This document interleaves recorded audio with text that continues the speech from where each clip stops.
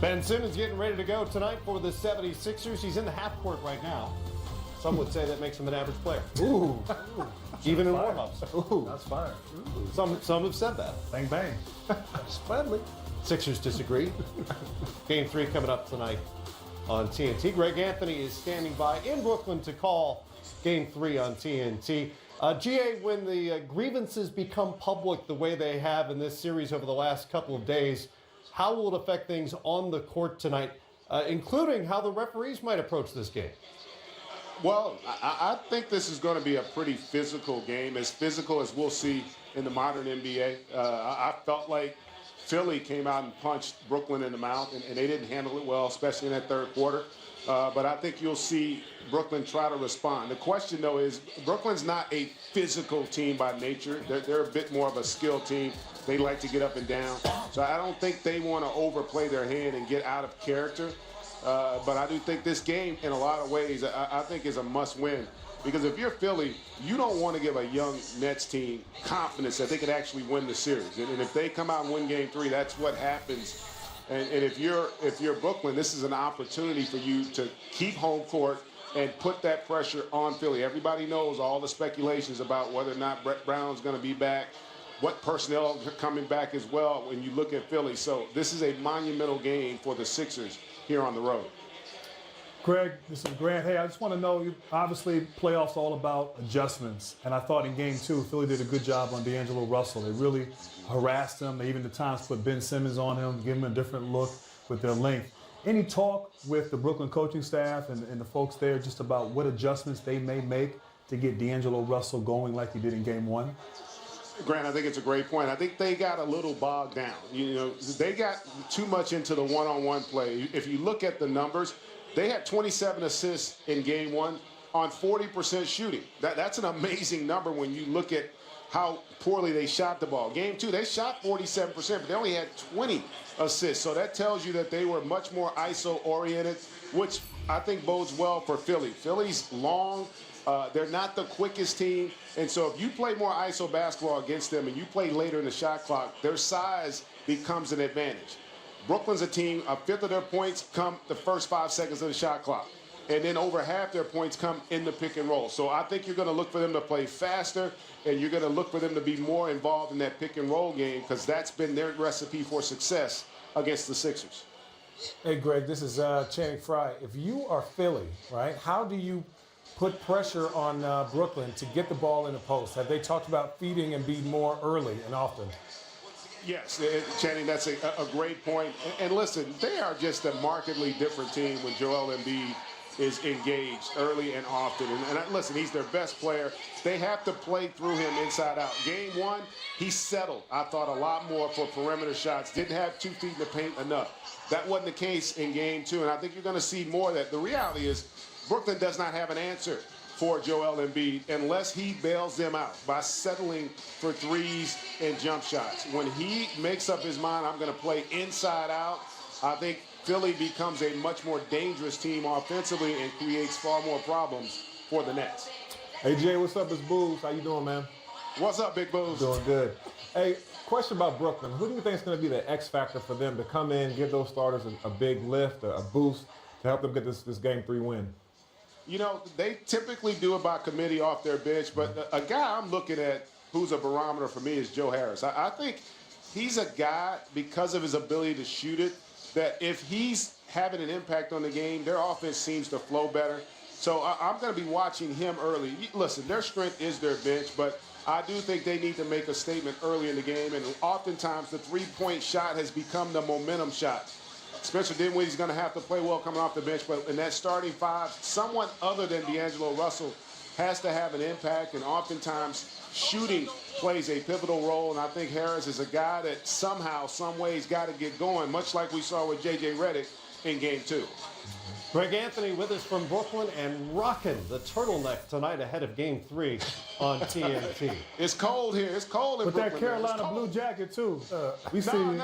We see you. No, With that's that not Carolina true. blue That's jacket. not We true. see you. That's not true. Georgetown got gray and blue in it, too, though. A lot of folks reading into a lot of sickness for Greg Anthony. Ben Simmons, fairly pedestrian by his standards in Game 1. a triple-double in the Game 2 route. And perhaps not coincidentally, Jared Dudley spent about 20 possessions guarding him in Game 1, giving up just 2 points, while Dudley missed Game 2 with a calf injury. And of course, as you know by now, he said between games that Simmons is, quote, an average player in the half court, great in transition. So what can the Nets do defensively to make that so tonight? Well, Jared Dudley talks a lot, but there's some truth in the sense that he is great in transition. So transition defense is a must. Brooklyn, you got to get back. You got to form a wall. Simmons is so good and he's so long. Once he gets his foot in the paint, consider it a layup. So, Matt, let's say you're coming out and guarding me here. Obviously, I'm not a shooter. You don't want him to just get a full head of steam coming downhill. So a little, staying close, but not too close. But certainly backing up as Simmons goes. And then the defenders obviously want to be close enough. Philly's not a great three-point shooting team. So you can form a wall. I like to say there should be 5 sets of eyeballs on Simmons when he has the ball and he's going downhill. And there's enough time as he's going. There's no lanes there. You could still get out to a shooter if he passes out to a shooter. So forming that wall, getting back, making sure he doesn't get into the paint. Because once he gets in the paint, one dribble in the paint, and he's so long, and he can get to the rim with ease. What's the appropriate amount of space for a guy like that? You want to encourage him to shoot if you can, but you don't want to let him get ahead of steam. I think you have to play the game. I think you have to stop his momentum, especially in transition, but put your toes on the three-point line and send him to the worst shooter. J.J. Redick is generally going to be on this side. You want to send him this way because Joel Embiid is going to be on this end. If you send him to his right hand, you have lesser shooters on this side. You have Jimmy and Tobias. I think they're great. They're not generally three-point shooters like that. Let's say he does beat you. Now you have your big man, Jared Allen, and people that drop back and box out Embiid on a short, weak side. Oh, well said. I mean, I think at the end of the day, you want to force him to shoot jump shots, but also have the wall so he can't get in the lane. Make other guys beat you, which is what you want to do. You don't want to have him getting layups and dunks in transition and being able to feed everybody else. And one other thing, too. Once he's out of transition in the half court, I play way off. Oh, way off. Embarrass him into shooting the basketball. Absolutely. You know what? He has the ball up top. I'd be right there in the paint. Make him shoot it. Make him beat you from outside. He shot 21% from mid-range during the regular season. So there's something to That's 21% better than me right now. And one more thing, he can't make free throws. There's that factor as well. More coming up here. Lou Williams Swing. and his benchmate Montrezl Harrell were huge in the Game 2 comeback against Golden State. Find out how their chemistry predates their time with the Clippers next. Road win, so they bring home a 1-1 tie with the Nuggets to San Antonio. Nice Barkley shirt. Jamal Murray, the star of Game 2. San Antonio, one of the best teams at home league-wide. That's coming up right here on NBA TV. And later on, another tie-breaking Game 3 after the internet-breaking Clipper comeback Monday night stunned the champs in Oakland. The Warriors and Clippers reconvene at Staples Center tonight. Hey there, everybody. Welcome in. It's game time ahead of another playoff triple header, including Game 3 of the Nuggets-Spurs series right here at 9 Eastern time. Full house, as you can see. That's Grant Hill, Carlos Boozer right over there, and between them, brand new retiree and 13-year NBA veteran Channing Frye. Feels good. Shouldn't you be playing golf or shuffleboard or playing ball at LA Fitness? Grant's been trying. I'm good at golf now. Listen, I look a little bit like Tiger. Look, he got everybody inspired. But listen, it's good to be here. Grant's been doing it, so I felt like if he could do it, I could. Oh, wow. Whoa. Wow. Okay, all right. Grant can do it. Just about anybody can. I think that's the theory. Might be some truth to that, too. Well, much to get to here, starting with a series that's gotten saucy over the last few days. The Nets and 76ers who will break a 1-1 tie tonight in Game 3. The Nets rode the Game 1 wave of upsets and a hot start to a 111-109 win to start things off. All-star D'Angelo Russell went for 26 for Brooklyn. But the Sixers came back in a big way with a franchise postseason record 145 points with Joel Embiid leaving his mark in more ways than one. He had 23 points and 10 boards. Philly broke it open with another franchise postseason record, their 51-point third quarter, which they won by 28. Since then, a couple of stories have changed the complexion of the series, including Embiid and Ben Simmons' post-game reaction to a vicious elbow Embiid threw at Brooklyn's Jared Allen. I wasn't surprised. I saw the replay, and obviously it wasn't intentional, and I got him pretty good, and I'm sorry about it. But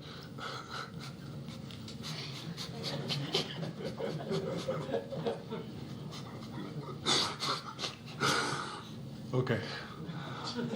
I'm sorry about it. It wasn't intentional, but it's just me trying to be aggressive. I'm not usually humble, that's why he's laughing. But yeah, I was just trying to be aggressive.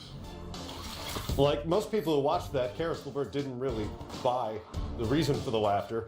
Quote, we didn't really like that. We thought that was kind of disrespectful, especially after the elbow he threw. It is what it is. There's no love lost. It's a playoff series. We expect that. Nets feel disrespected. Jared Dudley fired a shot at Ben Simmons, saying he's, quote, an average player in the half court. We'll get into that a little more later on.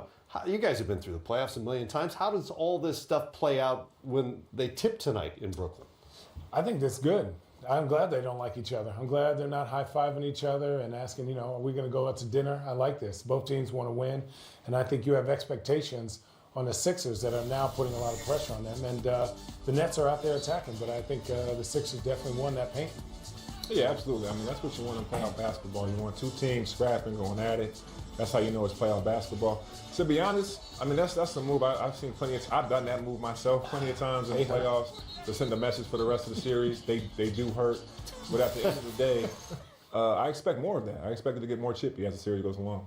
Yeah, as a fan, you love that. You love the intensity, you love the back and forth, the press conference. It's interesting. I think it showed sort of how young Philly is in that particular moment. I think, if we're going to sort of nitpick at that press conference, you either ignore it, you don't really address it somehow, or I don't think you apologize. I mean, I don't think you do that in the playoffs either. But then to laugh about it, not that you need it at this point in time in the postseason, but that locker room in Brooklyn, like now, they got even more sort of fuel, if you will. And so it'll be interesting. It'll be fun to see how they come out and respond. And then can Philadelphia go on the road and play against a very motivated Brooklyn team?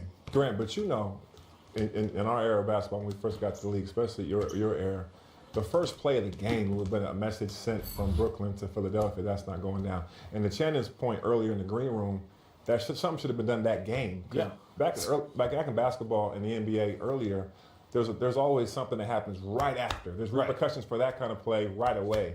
Yeah. That just tells you the different eras we're playing in now. Yeah. Well, now everybody's watching, right? And that could change things tonight as well. Right. Whether he's elbowing anybody in the jaw or not, Embiid's been incredibly productive so far in short minutes. 45 points, 25 boards in just 45 minutes on the floor. How much of a factor is his physicality, whether it's elbows or just him being himself? Well, it's a big factor. I mean, look, he's so skilled, so talented, he can do so many things out on the perimeter, mid-post. And when he gets a foot in that paint and uses that big body, great touch, great feel inside, there's not much anyone really in the NBA can do. And I think sometimes he likes to play with it on the perimeter, but he's at his best and most effective when he uses that size and that length of his to take up space and create physicality and mismatches inside. For Brooklyn, maybe all this extracurricular discussion is a good thing because they can maybe forget a little bit about getting smoked in the third quarter and giving up 145 in Game 2. No, that's a good point. They didn't do a good job defensively, but also I feel like that was a must-win almost for Philadelphia. They got embarrassed at home. They get booed out in Game 1. They come back in Game 2, and everybody plays great. Simmons has a great game. Embiid's playing well. Jimmy Butler's playing well. For Brooklyn, they got to protect home court. If they can get this first game, it puts so much more pressure on the Sixers. What's on the to-do list tonight for the Nets? On the Nets, you got to stop fouling. Make Embiid make shots. Yep. When he gets, Allen in trouble and they have to go to their bench earlier, it changes their whole complex of their team. So make him make shots and get out and run. I think in Phoenix, if a guy has a layup, don't foul him and get an and one and stop the ball. Philly wants to slow the game down, use Embiid's physicality, use their length, and be physical. But Brooklyn needs to get out and run, push the pace, get more open threes, get better open threes, and allow their length and their speed to be to help them win this game. The Sixers have taken 19 more free throws than Brooklyn so far through 2 games and more than any other team in the playoffs to this point. Yeah, no, they have. And look, Philadelphia is not a three-point shooting team, right? That's not their strong point. So to Channing's point, also, too, don't foul, but also maybe give different looks. Don't let Embiid go one-on-one. Make Philadelphia on the road beat you from outside, which is not something that they're known for doing. Yeah. But yeah, speed, quickness, get up and down. Don't slow the game down. That's where Brooklyn's at its best. And in game 2, particularly that third quarter, Philly just was able to beat them up, play at their pace, play Philadelphia Sixer basketball. So, don't foul, get out in transition, and maybe double team and beat a little bit. Give him some different looks there when he's posting up. Philly was just 3 of 25 from three-point range in the Game 1 loss. Jared Dudley played in Game 1, did not play in Game 2, talked between games. He's a factor now, and he should be back tonight. I think what Jared does is he does all the intangibles. He didn't score in the first game that he played, on the field, or he scored free throws. But Jared does so many things. He can guard multiple positions. He's going to make the right pass. He's going to communicate on defense. And I think we talked about this. They're not really a veteran team. And so what he's going to bring is that veteran leadership. Okay, Swag. Okay. Has he ever had this camera on him? my walk God. That may be the first Jared Dudley walk-up we've He's loving it right now. He's loving it. Things have changed. He went to Macy's and got his look before that game. But here's the thing. I mean, He does it all. He does it all. We played with Jared, and obviously we understand what he brings to the team. And obviously he's in a veteran role on this team. But you know what? He actually did a pretty good job defensively out there on Ben Simmons and guarding J.J. Redick. I didn't think you really talked after a game that you didn't play. But you don't know Jared Dudley. No, you don't. Sometimes you're just answering questions. There you go. Oh, man. It's coming up at the top of the hour on TNT. Coming up here, Boogie Cousins is done, but the Warriors series with the Clippers is just getting started. What to look for in Game 3 tonight when we come back.